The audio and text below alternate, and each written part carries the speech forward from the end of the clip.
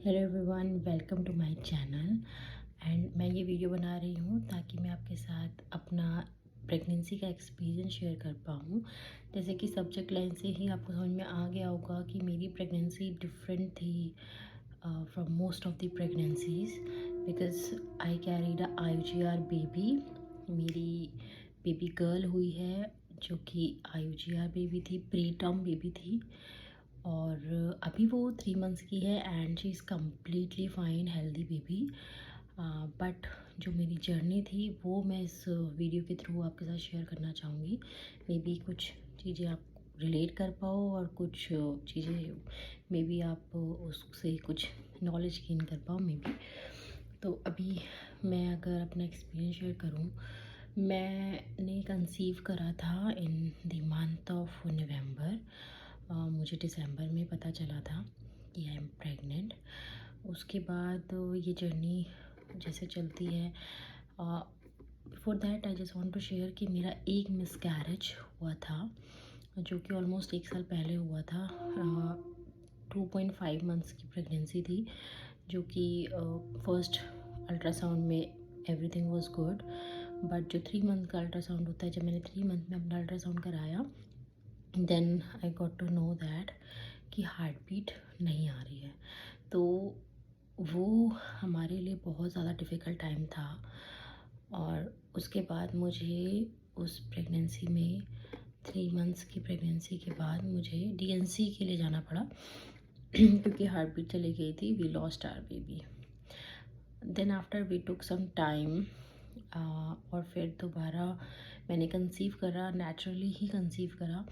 उसके बाद वो प्रेगनेंसी की जर्नी स्मूथ थी बिकॉज़ हमारा मिसकैरेज का एक्सपीरियंस ऑलरेडी रहा था। तो हमें पहले से ही उस तरीके से ही ट्रीटमेंट हमारे डॉक्टर ने सजेस्ट कर दिया था ताकि वो at least like they want to hold or first trimester, because उसी में मुझे मिसकैरेज फेस करना पड़ा था। तो फर्स्ट ट्राइमेस्टर के अकॉर्डिंग ही उन्होंने पहले से ही ट्रीटमेंट स्टार्ट कर दिए थे। फर्स्ट ट्राइमेस्टर वाज गुड, उसमें कोई इशू नहीं आया, सब अच्छे से रहा। Second trimester was also pretty good because जितने भी मेरे टेस्ट रहे, जो भी चेकअप होते हैं, आप सबको पता होगा। अगर आप अपनी जर्नी में सेकेंड ट्राइमेस्टर तक पहुंच चुके हैं तो आपको सारे टेस्ट के बारे में पता होगा कि मेजरली 3 अल्ट्रासाउंड्स जो मेरे हुए थे। एक फर्स्ट ट्राइमेस्टर में हुआ था, एक 3 मंथ्स में हुआ था, उसके बाद एक 5th मंथ में हुआ था। देन उसके बाद अभी मेरा जो ये नेक्स्ट अल्ट्रासाउंड होना था वो होना था मेरा 8th मंथ की, लाइक 7th मंथ के आसपास जो हमारा अल्ट्रासाउंड होता है, which we called I think double marker. तो वो अल्ट्रासाउंड मेरा होना था। उस अल्ट्रासाउंड के लिए जब मैं गई तो एवरीथिंग वाज चेंज।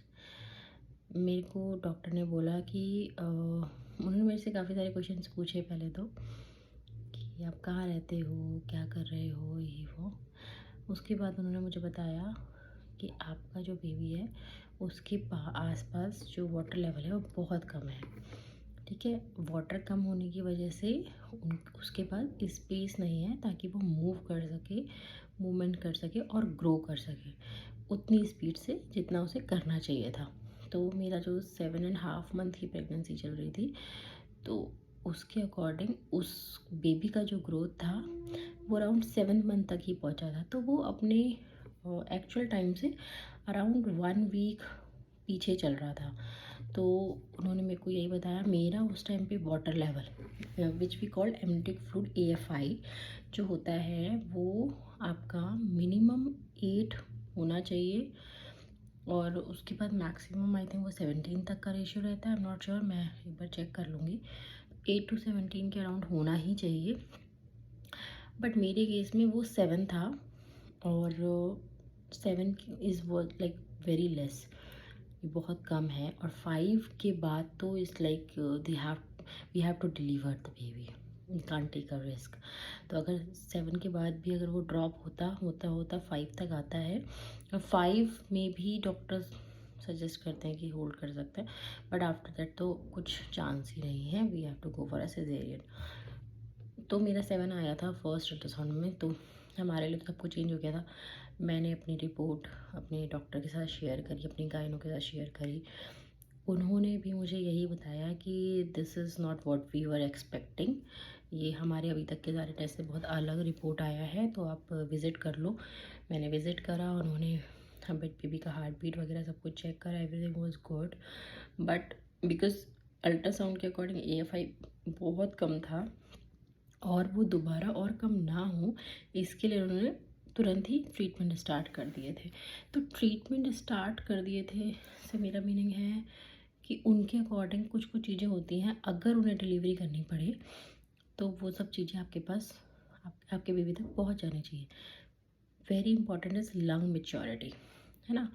तो लंग मेच्योर नहीं होते हैं, उन्होंने हमसे यही बोला था कि आपका 31, आई थिंक मेरा 30 वीक प्रेगनेंसी चल रहा था, वो चाहते थे कि ये प्रेगनेंसी समहाउ 32 वीक्स तक पहुंच जाए, और या तो फिर बेबी का वेट 1.8 आए। ठीक है, मेरी बेबी का वेट उस टाइम अराउंड 1.2 kg ही आ रहा था, जो कि एक 7.5 मंथ बेबी के अकॉर्डिंग बहुत कम था। ठीक है, तो मुझे उन्होंने सबसे पहले जब मैंने उनको विज़िट करा, उन्होंने मेरे को लंग्स मेच्योरिटी के लिए इंजेक्शंस दिए, और उन्होंने मुझे बताया कि नॉर्मल डिलीवरी तो बहुत ही इम्पॉसिबल है, अगर वाटर लेवल बढ़ जाता है तो कर सकते हैं, बट अभी के सिनेरियो में नहीं हो सकता। सेकंड हो सकता है मे बी हमें किसी भी टाइम पे सिजेरियन करना पड़ सकता है। हम इसको वीकली ट्रैक करेंगे, ठीक है, ताकि हर वीकली ट्रैक्स मीन्स कि हर वीक में मेरा एक अल्ट्रासाउंड रहेगा, ताकि हम उसका AFI जो मैंने बताया एम्नियोटिक फ्लूइड, जो बेबी के आसपास वाटर लेवल रहता है, वो वही वाटर लेवल है जिस पे बेबी मूव करता है, सरवाइव करता है, तो वो कितना है ये हमें वीकली चेक करना पड़ेगा। हम बेबी को ऐसे बिना अल्ट्रासाउंड के छोड़ नहीं सकते, बिना देखे नहीं छोड़ सकते, क्योंकि 7 वीक में ही देखना पड़ेगा एटलीस्ट। ठीक है, तो फिर उन्होंने मुझे लंग्स मेच्योरिटी का इंजेक्शन दिया उस दिन। बाकी फिर उन्होंने मुझे ये सारी चीज़ें बताई। मैं तो लाइक ऑब्वियसली कोई भी ऐसी बात सुनेगा जो कि अनएक्सपेक्टेड था अभी तक और एकदम से आ जाए, और इन्होंने मुझे हमें NICU के बारे में भी सारा कुछ बताया कि हो सकता है अगर जल्दी डिलीवरी होती है तो NICU की ज़रूरत पड़ सकती है। आप 1 वीक में ही देख लो, सब कुछ अपने माइंड में रेडी कर लो कि आपको कहाँ डिलीवरी करानी है, और प्लस आपको NICU फैसिलिटीज़ कहाँ कहाँ मिल सकती है, और उसके expenses, finance, everything we discussed in detail. उसके ऊपर भी हो सकता है मैं एक अलग से वीडियो बना दूँ, बट मुझे फॉर्चुनेटली मुझे उसकी ज़रूरत नहीं पड़ी। उसके बाद उन्होंने मुझे 1 वीक बाद अल्ट्रासाउंड कराने के लिए बोल दिया था, तो हम घर आ गए। हमने 1 वीक तक जो भी उन्होंने हमें प्रिकॉशंस बताए थे, प्रिकॉशंस पे अगर मैं आऊँ तो उस पर हम डिस्कस कर सकते हैं डिटेल कि जो भी प्रिकॉशंस आप ले रहे हो उसमें सबसे इम्पॉर्टेंट है कैसे भी करके फ्लूइड को मेंटेन करना और इंक्रीज़ करना। ठीक है, हमें पता भी नहीं था कि अगर हम क्या करें ऐसा कि वो बढ़े। ठीक है, और हमें ये लग भी रहा था कि अगर हम जो जो चीज़ें कर रहे हैं वो करते रहेंगे तो वो बढ़ेगा, बट ऐसा कुछ नहीं होता है। अगर आपका AFI एक बार कम हो गया है तो बहुत ही रेयर चांसेस होते हैं कि वो एकदम से ड्रास्टिकली इम्प्रूव हो जाए, बढ़ जाए। वो या तो मेंटेन रहेगा या कम होगा या हार्डली कुछ पॉइंट तक ही बढ़ पाएगा। तो हमारे केस में मतलब मैं अपना एक्सपीरियंस शेयर कर रही हूँ, मेरे केस में यही हुआ। आप अपना एक्सपीरियंस शेयर कर सकते हैं कमेंट बॉक्स में कि अगर आपका सेम केस रहा तो कैसे आपका AFI बढ़ा। मुझे डॉक्टर ने वाटर पीने के लिए बोल दिया था, liquid liquid liquid as much as possible. ठीक है, लिक्विड आप लो जितना ले सकते हो, in in any form, not only water, in any form, milk, coconut water, watermelon juices, anything you can take. तो बट आपको कैसे भी करके अपना वाटर लेवल इंक्रीज़ करना है और उसे मेंटेन भी करना है। प्लस हाई प्रोटीन डाइट लेना है। आई एम वेजिटेरियन, तो मेरे लिए बहुत ज़्यादा डिफ़िकल्ट था। मैं इवन एग भी नहीं खाती थी, बट ये सारे सिचुएशन के बाद जब मेरा नेक्स्ट अल्ट्रासाउंड हुआ और उसमें भी कुछ ज़्यादा अच्छा हमें रिपोर्ट नहीं मिला, आई स्टार्ट ईटिंग एग्स।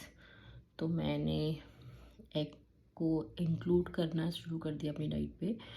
और इसके अलावा मैं हेल्दी डाइट ही लेती थी। वैसे भी मैं पहले भी कुछ भी आउटसाइड फूड नहीं खा रही थी, बट मैंने उसकी क्वांटिटी और बढ़ा दी।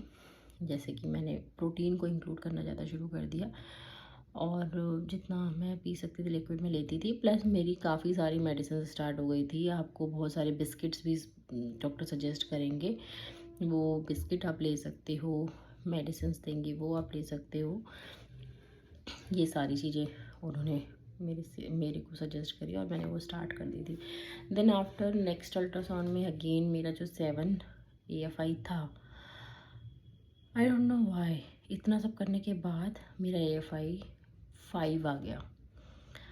तो 5 जैसे ही आया, डॉक्टर ने बताया मुझे कि अब तो शायद हमें मे बी कल या परसों ही डिलीवरी करवानी पड़ सकती है, बट हम हर वीक वेट कर देंगे। मतलब हम वीकली ही वेट करेंगे कि अगर आपने अल्ट्रासाउंड करवाया है तो नेक्स्ट अल्ट्रासाउंड जो आपका 7 डेज़ बाद होगा, उसमें जो भी सिचुएशन होगी वो डिसाइड करेगा कि अब क्या होने वाला है। तो आई होप कि आप समझ सकते हो कि ये सब कितना डिफ़िकल्ट है। मतलब आज मैं इसके ऊपर बात कर रही हूँ, बट जब ये एक्चुअली हो रहा था तो वो एक एक हफ़्ता निकालना, मतलब वो अल्ट्रासाउंड वाला दिन इतना ज़्यादा डरावना लगता था कि आज क्या होने वाला है। मतलब हम हमेशा पॉजिटिव थॉट के साथ जाते थे, दिमाग में थोड़ा सा नेगेटिविटी भी रहती थी, बट मैं हमेशा रिलैक्स ही रहती थी, कोशिश करती थी कि बिल्कुल स्ट्रेस ना लूँ। और यही डॉक्टर ने मुझे सजेस्ट करा था कि स्ट्रेस तो बिल्कुल नहीं लेना है, वरना AFI तो मतलब क्या आपकी खुद की हेल्थ इतनी हो जाएगी कि आपको खुद ही जो आप मेंटेन कर रहे हो वो भी नहीं कर पाओगे। जो पॉजिटिविटी है वो नहीं लूज़ करनी है बिल्कुल भी। तो मैं वही ट्राई भी करती थी, बट अगेन आपको थोड़ा बहुत फ्रस्ट्रेशन तो होता ही है। तो हमारा नेक्स्ट अल्ट्रासाउंड हुआ, उसमें AFI 5 आया। तो फिर इज़ लाइक कि डॉक्टर ने थोड़ा सा चीज़ें और हमारे लिए चेंज कर दी कि उन्होंने हमें ड्रिप के लिए बोल दिया। एक हर्मिन ड्रिप आती है, ठीक है, वो डॉक्टर देते हैं ताकि वाटर लेवल बढ़े। तो मेरे को वो ड्रिप चढ़ती थी। अभी भी ये मैं प्रेगनेंसी का देखती हूँ निशान, या ये जो प्रेगनेंसी ने मुझे दिया है कि मुझे 15 के अराउंड ड्रिप लगी थी। उसके बाद भी लगनी थी, बट मैं उसे वेयर नहीं कर पाती क्योंकि मेरे हाथ में कोई स्पेस ही नहीं बचा था, कोई नस ही नहीं बची थी जहाँ से वो मेरे को कैनोला के थ्रू ड्रिप दे सके। बिकॉज़ दोनों हाथ में स्वेलिंग आ चुकी थी इतनी ज़्यादा। ऑल्टरनेट डेज़ पे मैं ड्रिप ले रही थी। तो उसके बाद मैंने ऑल्टरनेट से हटा के कंटिन्यू 3 डेज़ लेना शुरू करा ताकि मेरे को वो कैनोला बार बार चेंज ना करना पड़े।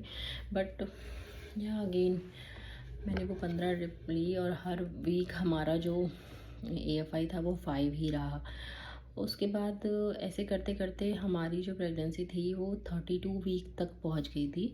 बट अब इसमें जो मेजर फैक्टर था, हमने उस टाइम पे सिर्फ AFI का टेस्ट करवाया था, जो हमारे डॉक्टर ने सजेस्ट करा था। बिकॉज़ जो हमारे टेस्ट होते हैं डॉपलर, या I remember the name Doppler जो था वो अराउंड 3000 था। Because I lived in Gurgaon, वहाँ पर जो आपका डॉपलर का कॉस्ट होता है वो 3000 होता है।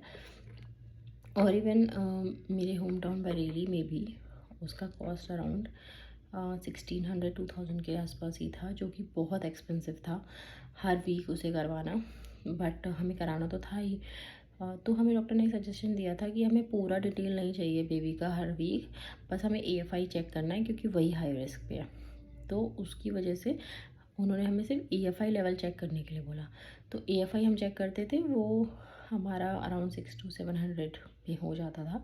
बट ऐसे 2 वीक हमने करा, तो तीसरे वीक डॉक्टर ने बोला अब 2 वीक आप ये कर रहे हो, third week go for a Doppler. तीसरे वीक जब हम डॉपलर के गए तो उसमें हमारा को बेबी का वेट एंड एवरीथिंग, वो आई थिंक आप सबको पता होगा, वो डिटेल्ड स्कैन होता है पूरा। तो अब बेबी का वेट उस टाइम पे भी अराउंड 1.8 के आसपास ही आ रहा था, जो कि अगेन बहुत कम था।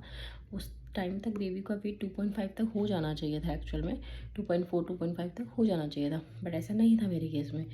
और उसके बाद डॉक्टर ने हमें ये भी बोला कि आपको जहाँ भी डिलीवरी करनी है ये सब आपके माइंड में ऑलरेडी होना चाहिए, बिकॉज़ आपको कभी भी डिलीवरी करानी पड़ सकती है। अगर आपका AFI बिल्कुल भी कम होता है तो हमें डिलीवरी करनी पड़ेगी। और एनआईसीयू की जो रिक्वायरमेंट है वो धीरे धीरे धीरे धीरे कम होती चली गई, क्योंकि मैंने हर वीक जो था उसको कैसे कैसे कैसे करके स्ट्रेच करा था। तो हमने जैसे तैसे उसको 34 वीक तक हम गए। बट जब मेरा फिर एक अल्ट्रासाउंड हुआ और उसमें डॉक्टर ने देखा कि मेरा जो एएफआई था वो 5 से भी कम चला गया था। तो उस दिन तो इट्स लाइक कि मैं तुरंत ही डॉक्टर के पास गई और मैंने उनको दिखाई रिपोर्ट। उन्होंने ऑक्सीजन लेवल चेक करा, तो उन्होंने मेरे को सीधे यही बोला कि बेटा आप 2 दिन में डिसाइड कर लो कि आपको डिलीवरी किस दिन करनी है। आज करनी है तो अभी कर लो, कल या परसों, नॉट मोर देन दैट। ये 2-3 दिन में ही आप डिसाइड कर लो वो कर करा, क्योंकि बेबी के पास बिल्कुल ऑक्सीजन नहीं जा रहा है, उसके पास बिल्कुल स्पेस नहीं है। इवन हमारे पास हमारी बेबी का एक प्रॉपर अल्ट्रासाउंड शूट भी नहीं था कि जिसमें वो हमें क्लियरली दिख रहा हो, बिकॉज इतना हमें हर बार यही बोलते थे डॉक्टर कि आपका जो बेबी है वो आपको समझ में नहीं आएगा, एएफआई नहीं है, फ्लूइड ही नहीं है, तो अब कैसे दिखेगा, वो क्लियर ही नहीं है उसका पिक्चर। हम देख सकते हैं उसको, जो जो इम्पोर्टेंट है वो हम नोट कर ले रहे हैं, बट एक क्लियर बेबी का आप अल्ट्रासाउंड में नहीं देख सकते, इवन कलर स्कैन में भी नहीं। तो उसके बाद फिर हमने 2 दिन में डिसाइड करा कि हमें क्या करना है।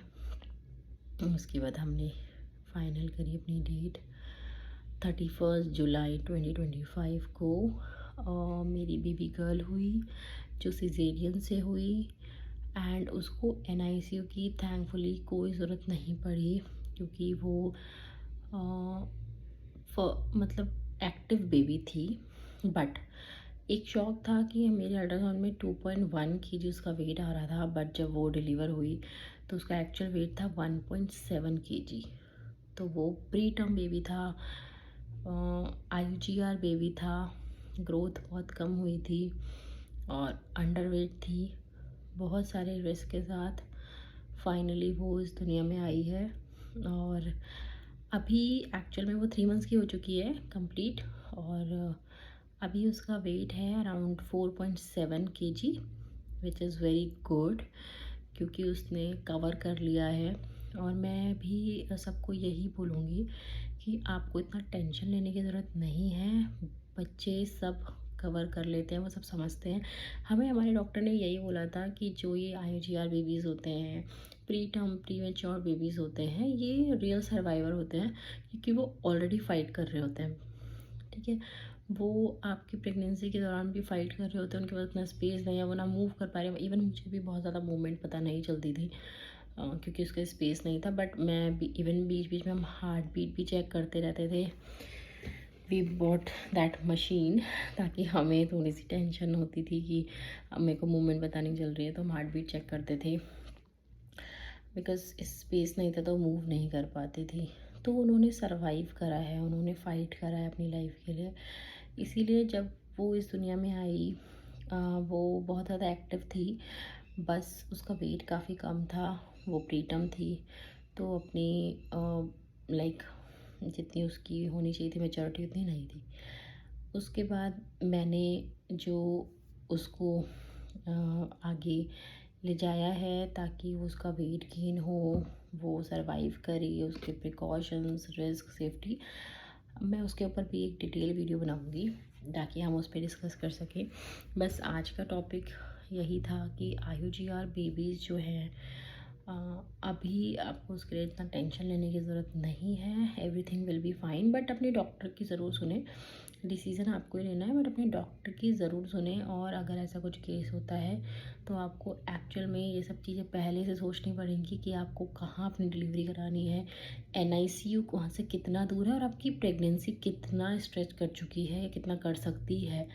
उसको इतना हाई रिस्क में मत ले जाओ। मैंने भी बहुत ट्राई करा, इवन लास्ट डे तक मैं डॉक्टर को बोलती रही कि मैं नॉर्मल डिलीवरी पॉसिबल है या कुछ भी, बट वो पॉसिबल नहीं था, तो मैं अब उसके ऊपर नहीं जा सकती थी। इवन मैंने काफ़ी सारा एक्सरसाइज वगैरह सब कुछ करा था, बट वो पॉसिबल नहीं हो पाया।